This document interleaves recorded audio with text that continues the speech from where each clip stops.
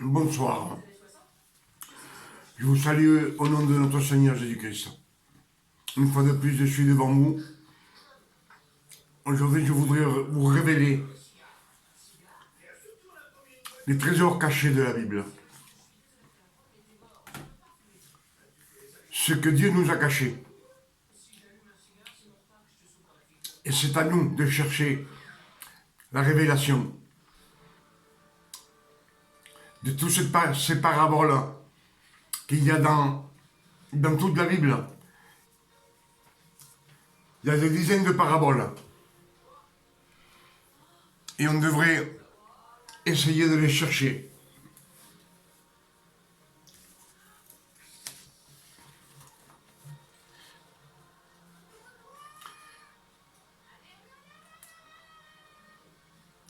Je vais vous parler un petit peu de la pierre. La signification de la pierre dans la Bible. La pierre est nommée plusieurs fois. Même Pierre, l'apôtre Pierre, son nom est Pierre, et ça a une signification.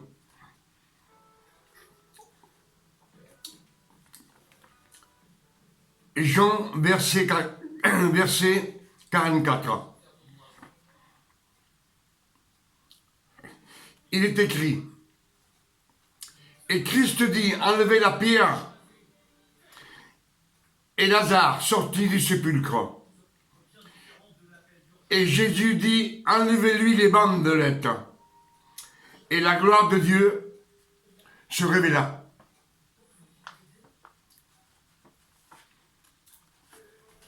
Quand Jésus dit au sépulcre de Lazare, enlevez la pierre. Quand ils enlevèrent la pierre, apparut Lazare, qui était mort. Il avait ressuscité. Et Jésus dit, enlevez-lui les bandelettes, le bandeau qu'il a sur les yeux. Et là, tout le monde put voir la gloire de Jésus, la gloire de Dieu. Tout ce qui était là vu la gloire de Dieu. Parce que la pierre représente la loi. La loi écrite en pierre.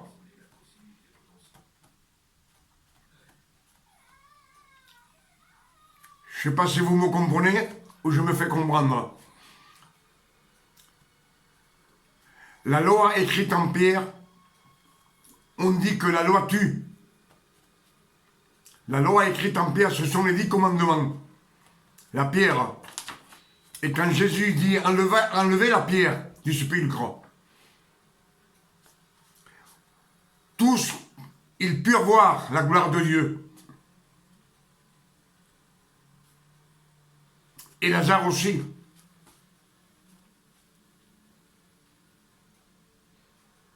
Et là, il vécut sans la loi, parce qu'il était avec Jésus.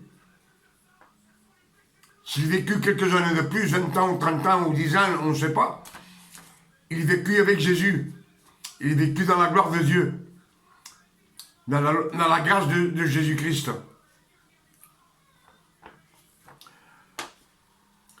Jean 20, verset 1. La pierre du sépulcre de Jésus était roulée. C'est-à-dire, la pierre était enlevée.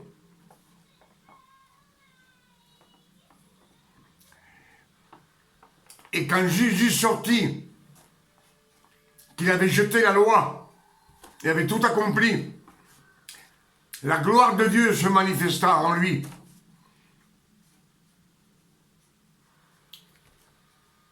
Cette gloire que lui, il méritait. Parce que lui aussi, on lui enleva toute la loi, malgré qu'il était homme et Dieu, pendant son ministère sur la terre.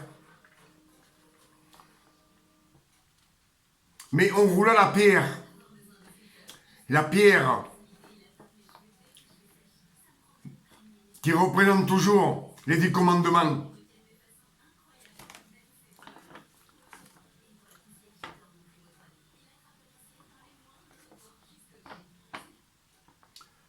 Matthieu 4.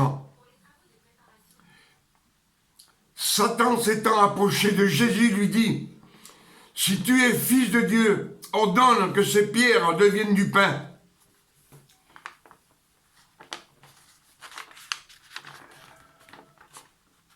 On sait bien que le pain, c'est la parole de Dieu. Et ce que Satan voulait, c'est que de cette pierre de la loi, qui fasse la loi de Dieu pour nous autres, qu'il la garde pour toujours. Mais Christ lui dit non, non. On ne mangera pas du pain seulement, mais de toute parole qui sort de la bouche de Dieu.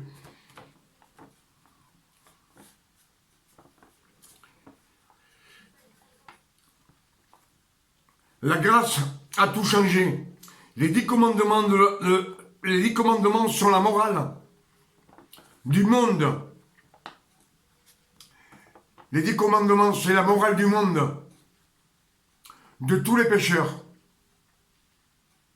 C'est leur morale. Ce sont les 10 commandements. Dans le monde, il y a les 10 commandements. C'est la morale des pécheurs.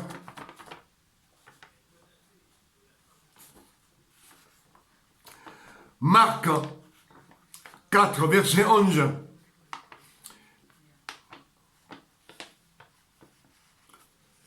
Jésus leur parla en parabole. Et Jésus dit, ça vous a été donné le ministère du royaume de Dieu, à vous. À vous qu'a été donné le ministère du royaume des cieux.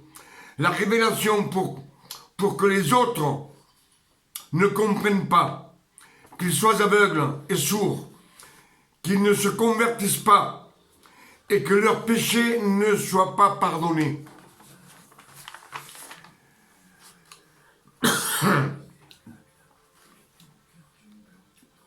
Pour ça, Dieu parlait en parabole, mais à ses apôtres, à ses saints, il lui révélait. Pour ça, dans les Écritures, il est dit, personne ne connaît le Père si ce n'est le Fils. Et personne ne connaît le Fils si ce n'est le Père, mais le Fils lui révèle à qui il veut.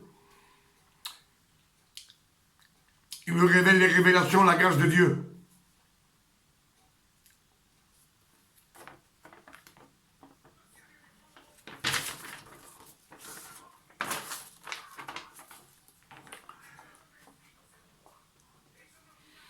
Moi, je pense que quand Christ est venu, il a tout changé complètement. Tout ce qu'il a prêché, lui, pendant les 4 évangiles, c'était pour la loi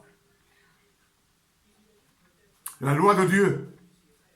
Mais après, quand le Christ est ressuscité, il a tout changé.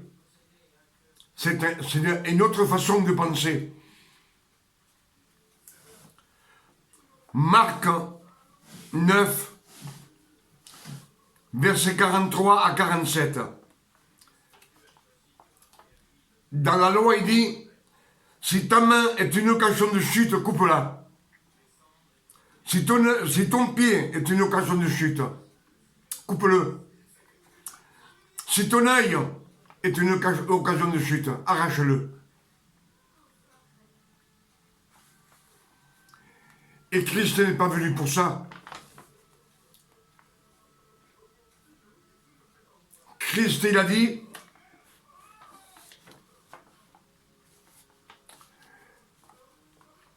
Je suis le chemin, la vérité et la vie. Il a dit, venez à moi. Matthieu 11, 28. Vous qui êtes chargés et fatigués,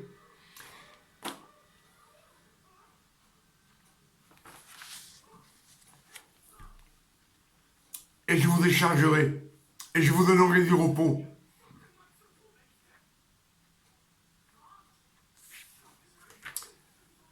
On parle de l'œil, hein, si on l'arrache, Christ dit, venez à moi, je vous enlèverai ce fardeau. Moi, je vous enlèverai vos péchés. C'est lui qui nous les enlève. Dans la loi, il dit de les couper. Mais bon, c'est une façon de parler. C'est-à-dire de faire des efforts. Si tu es voleur, fais des efforts pour ne pas voler. Mais Christ dit, moi, je t'enlève. Moi, je t'enlève tes péchés.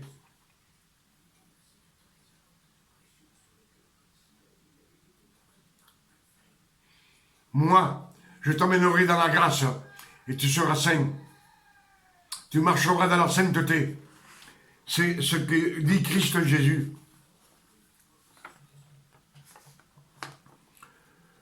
Luc 20, verset 17. Jésus dit, le verset dit, la pierre qu'ont rejeté ceux qui bâtissaient est devenue la pierre principale de l'angle. Quiconque tombera sur elle, sur cette pierre, s'y brisera. Et celui sur qui elle tombera sera écrasé.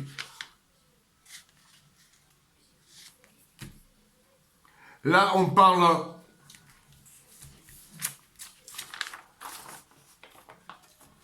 de la loi. La pierre, c'est pas Jésus. Jésus, c'est le rocher. Ça n'a jamais été une pierre. On parle de Jésus comme le rocher, pas d'une pierre. Et là, c'est bien précis, c'est une pierre. Et celui qui tombera sur elle sera brisé.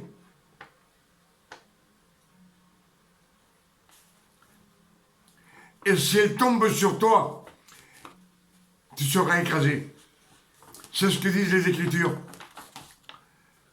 Luc 20, verset 17.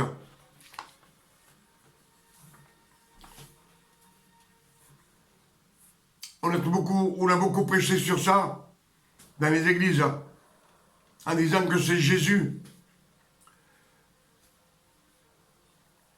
Mais Jésus n'a jamais été une pierre. Jésus, c'est le rocher. C'est pas une petite pierre, c'est le rocher. La pierre représente la loi.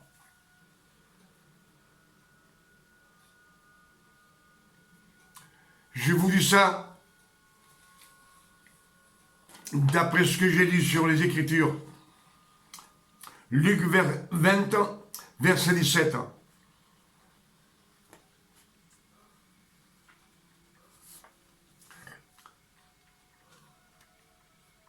Parce qu'avant, dans Luc 20, 14, 15, il dit que un roi avait une vigne, il fait une tour, il leur laissa aux ouvriers, puis repartit. Et quelques temps plus tard, il envoie un messager pour avoir des fruits de la vigne. Et les vignerons le tuèrent. Il envoya un autre pour avoir du fruit de la vigne. Et les vignerons le tuèrent. Il envoya encore un troisième. Et ils le tuèrent aussi. Et après, il dit qu'il ne restait qu'un seul fils, et unique. Et il dit, je vais envoyer mon fils. Comme ça, ils me donneront du fruit de la vigne. Mais les vignerons, en le voyant, ils disent, c'est lui l'héritier, tuons-le. Et comme ça, la vigne sera pour nous. Ils le tuèrent, ils le sortirent de la vigne. Ils le jetèrent hors de la vigne. Ça nous parle de Jésus. Et que fera le maître de la vigne quand il viendra? Il dit qu'il viendra, il tuera les vignerons, et la vigne le donnera aux autres, à d'autres,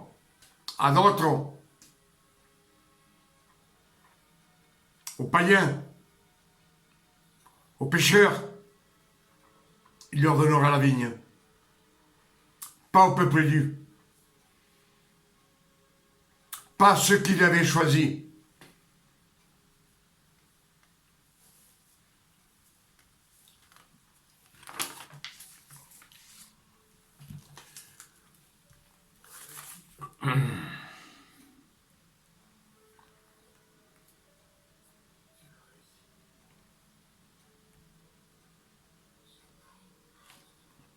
Une minute, s'il vous plaît. Je regarde ici.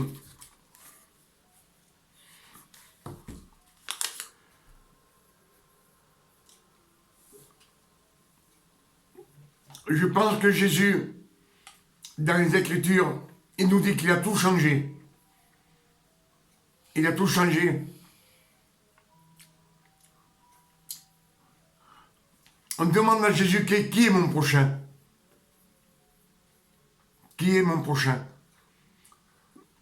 Et Jésus leur dit une parabole.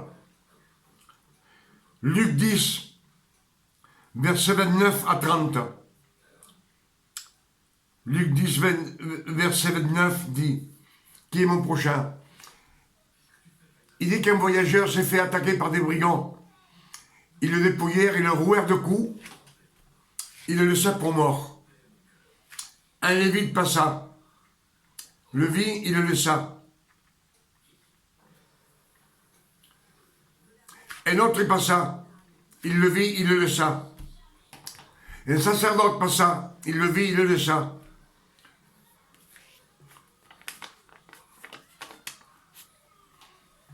Un Samaritain qui passait par là, lui, il n'était pas de Dieu, ni de la loi, mais il passa, il le vit, il eut compassion de cet homme qui était par terre. Il le soigna, il le prit sur sa monture, il l'amena dans une auberge pour le guérir. Et le matin, avant de partir, il donne 2 deniers à l'aubergiste en disant « Soignez-le, et quand je reviendrai, s'il manque quelque chose, je te le donnerai. » Il lui a dit « Qui c'est votre prochain ?» Le prochain, c'est celui qui fait la volonté de mon Père. C'est ce qu'on dit, celui qui fait la volonté de mon Père.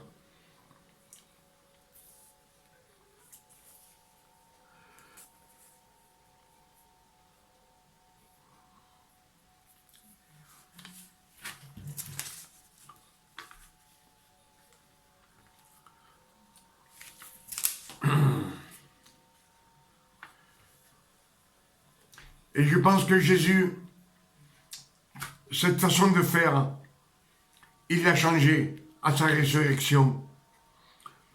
La loi dit, tu ne convoiteras pas la femme de ton prochain.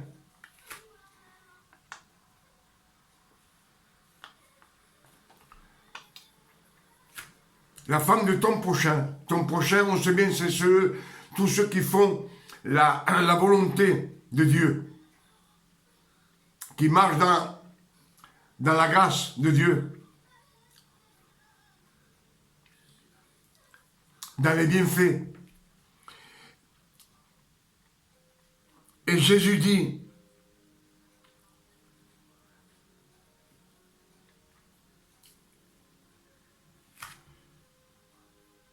seulement regarder une femme, t'as commis l'adultère. Dans la loi, on dit la femme de ton prochain. Et lui dit une femme. Maintenant, c'est n'importe laquelle. Celle du voisin, celle des pêcheurs, c'est plus la même version. Ça a été changé. C'est Christ qui a changé. La loi. La loi te dit œil pour œil et dent pour dent. Et Jésus dit, si on te frappe sur la joue droite,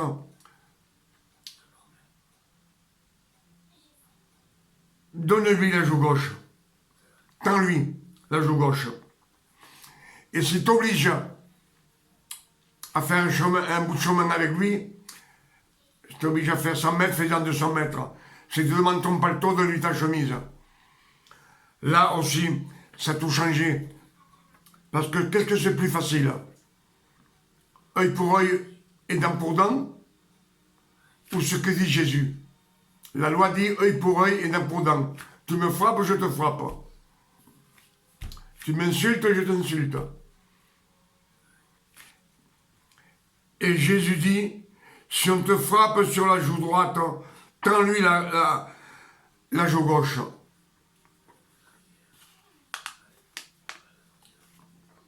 C'est ce qu'il a changé, Jésus. La loi dit, allez sauver les brebis perdues d'Israël. Je suis venu juste pour sauver les brebis perdues d'Israël. Ça, c'est la loi. Sous la loi. Et sous la grâce, Jésus dit, faites des disciples de toutes les nations, de toutes langues, de toutes les couleurs.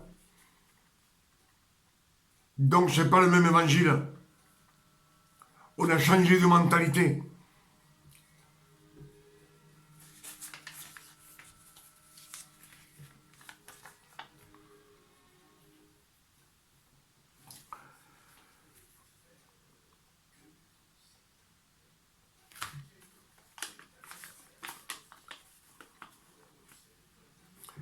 Dieu dit dans la loi, ne soyez pas du monde. C'est ce que disent les Écritures dans la loi. Ne soyez pas du monde. Et Jésus dit dans la grâce,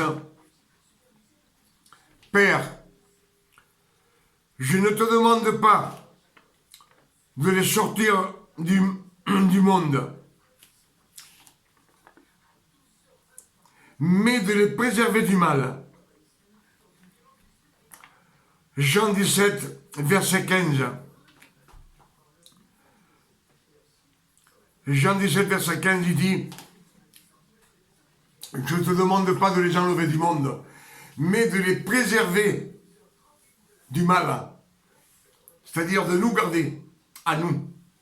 De nous garder. Lui, il nous garde.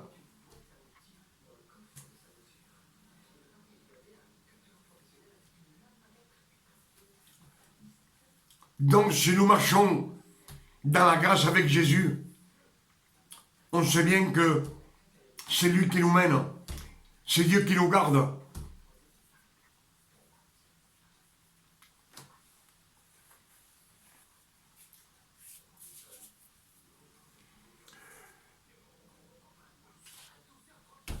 Je pense que je vous ai dit beaucoup de choses.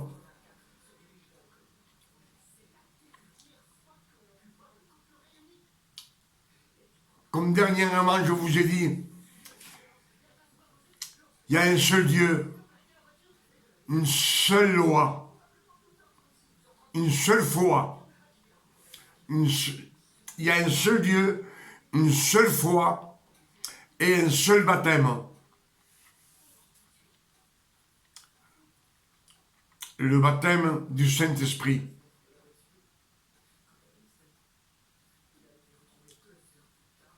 Tout ce qui est religieux, ça n'a jamais été agréable à Dieu.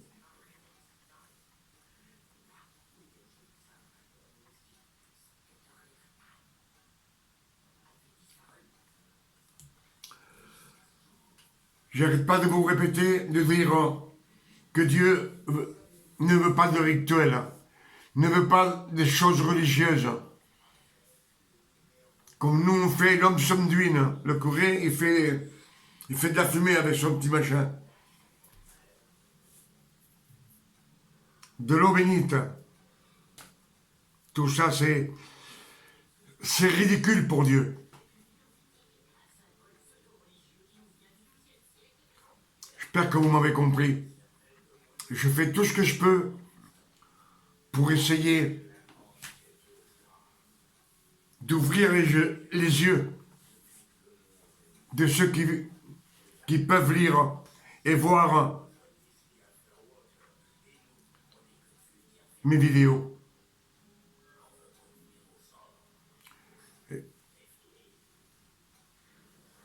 Je vous dis que Dieu vous garde et Dieu vous bénisse.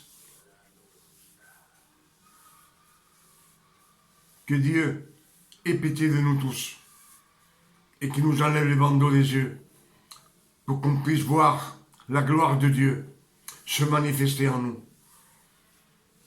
À bientôt.